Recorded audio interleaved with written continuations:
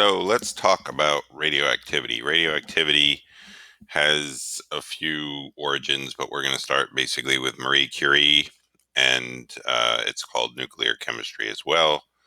Marie and Pierre determined they had known in science that uranium gave off some weird beam of energy, and they were the ones who actually were able to separate what it was and figure out what particles it was, and that further contradicted Dalton's theory. And I know what you're thinking is, what year did this happen? And I'm thinking the same thing, and I did not write that down. So with a quick Google, Curie's experiment, I'm going to go with 1898. Woo-hoo-hoo. Huh, there you go, 1898. Should put that in there. Okay. So a lot of stuff over 82 with a atomic number of 82, so more protons than 82, starting with lead, um, are naturally radioactive. Okay, so here's what they did. It's like a version of the J.J. Thomson thing. So they had some radioactive substance and they ran it through the plus minus thing. And remember, J.J. Thomson was only expecting, well, he was just trying to see what happened. And what he got was everything up here because he only had electrons. Well, it turns out they got everything. So they had stuff go up, they had stuff go straight, and they had stuff go down. And the stuff that went up turned out to just be an electron. The stuff that went straight is gamma rays, and the stuff that went down are those alpha particles that Rutherford used to shoot through gold foil. So it all comes full circle. All right, so they have something for everything. Let's take a look at that. So the alpha radiation is a helium nucleus. That's what an alpha particle is. That's what Rutherford was shooting through the gold foil. And the helium nucleus has 2 protons and 2 neutrons and has a charge of plus. So the electrons are absent. And it doesn't penetrate things very well. It has low penetrating power. The beta particle, it turns out, is just an electron. So there you go. That's the symbols for that. And it has medium penetrating power. And then gamma radiation is purely just energy. There's no charge to it. It's not a particle so much, unless you think of waves as particles, which we'll talk about next, I think. But anyway, but that has high penetrating power. So that's the kind of stuff that we really worry about when we're putting away nuclear waste, because that stuff can go through anything. So what do you mean penetrating power, Mr. Roach? Here it is. So alpha particles often will be resisted by paper. So if you have something that is goes through nuclear chemistry and releases alpha particles, it will often, you can protect yourself just with paper, as well as skin. Beta particles will go through paper and they will go through your hand, and they'll kind of stop at metal. So beta particles are those electron-y things. Neutrons, as a result of nuclear chemistry, some we'll see that sometimes they fly around. They go through paper, they go through your hand, they go through metal, and they get stopped sort of by water. And gamma rays go through lots of things, and that's the problem. And that's why they put them in concrete and lead barrels. Because when they have nuclear waste from uranium power plants, because that's the bad stuff. All right. So here's basically how this will all go down. Oh, by the way, well, okay. Here's how this will all basically go down. Uranium goes through radioactive decay or a nuclear reaction, and we call all these nuclides, by the way. So this is called a nuclide. And so is this. I don't know why they do that, but that's what they call them. So sometimes in a question, they'll talk about nuclides. They're just talking about the atoms. All right. So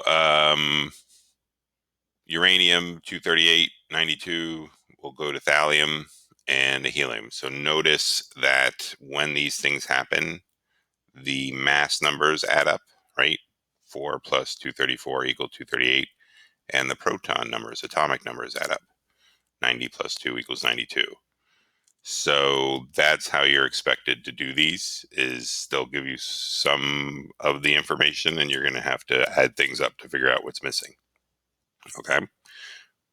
Yeah, that's an alpha particle. So here, maybe you want to see that better. That's an alpha particle. Okay. Here's a beta emission, all right? So the tops have to add up. So 14 equals 14 plus 0, right? And 6 equals 7 minus 1. So there you go. So it actually, so this should worry you a little, right? Carbon became nitrogen because it added a proton. But it added a proton, but it didn't change its mass. Mr. Roach, what? Yeah.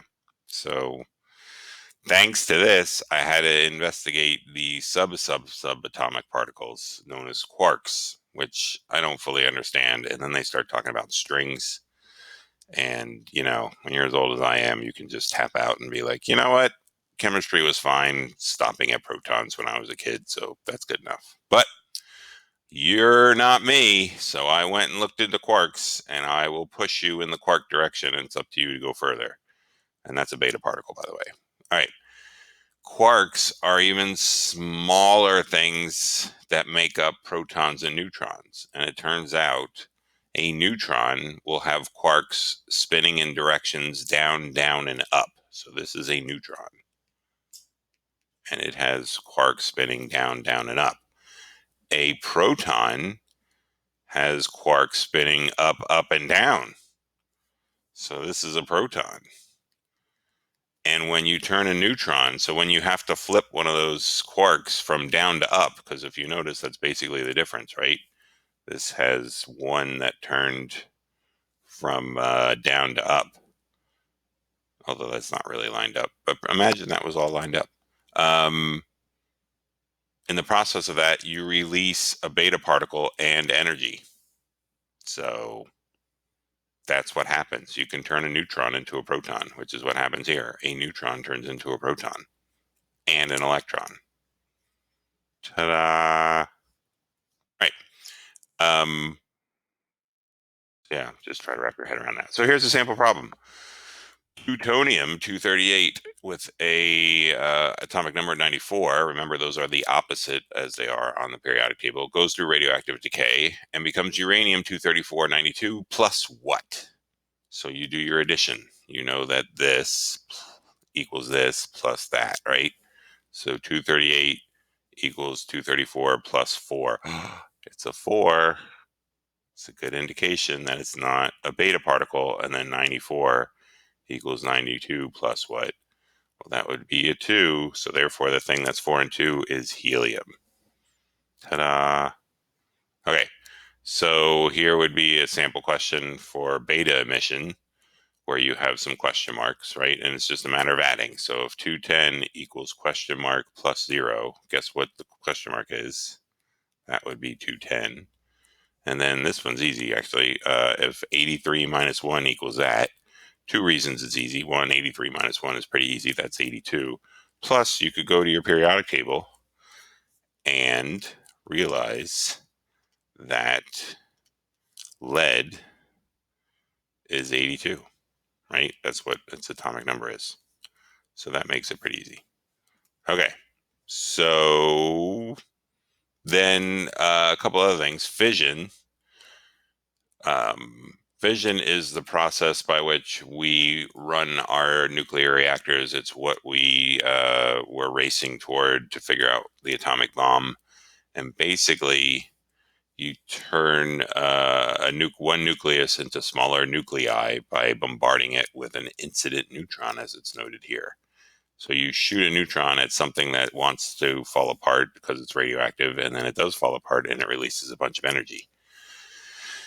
And then in the process, it releases more neutrons, which then go and do the same thing to other things. And it goes on in a chain reaction that we love to talk about with radioactivity. And then you get this mushroom cloud, which I learned is because it heats up the gas so quickly that it becomes less dense and it floats up.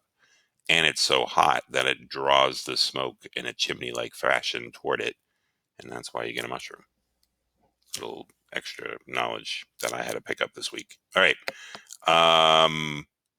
Turns out when I was in 8th grade, I did a science experiment with fission. It was a classic back in the day, and here it is, kids. It's called mousetrap fission. I don't know why this is. All right. Now is it moving? Yeah. So this. So basically, the idea is if that were an atom with one neutron that it was going to release, and then you put all these mousetraps into a fish tank, and then you drop something. Unfortunately, their first one doesn't work. That's sort of an example of a chain reaction. So think about what happens here in slow-mo. You drop a neutron in, it sends one up, which then sends another one up, and so forth. Now, the problem is, as I learned and as this shows, the mousetraps do as much damage as the ping pong balls. So what we should have done, me and these people, is glued or nailed all those mousetraps down so that you could see this a little better, in my opinion. So you put one in, it should send another neutron out, and then that neutron and the original neutron send off other neutrons, and then those neutrons send off other neutrons, right? And then those neutrons send off other neutrons. And that's how a chain reaction goes. So it's not a bad analogy. And it was fun when I was in 8th grade, I thought. So that's fission. All right, so fission means things are coming apart. Fusion, which is what happens on the sun, is things coming together. So on the sun, what's happening is a proton and another proton, basically from two hydrogens, come together to form a helium and a whole lot of energy. So you need high pressure to pull that off and high heat to get it up and running, like the sun. So we haven't quite figured that one out on Earth yet, I don't think.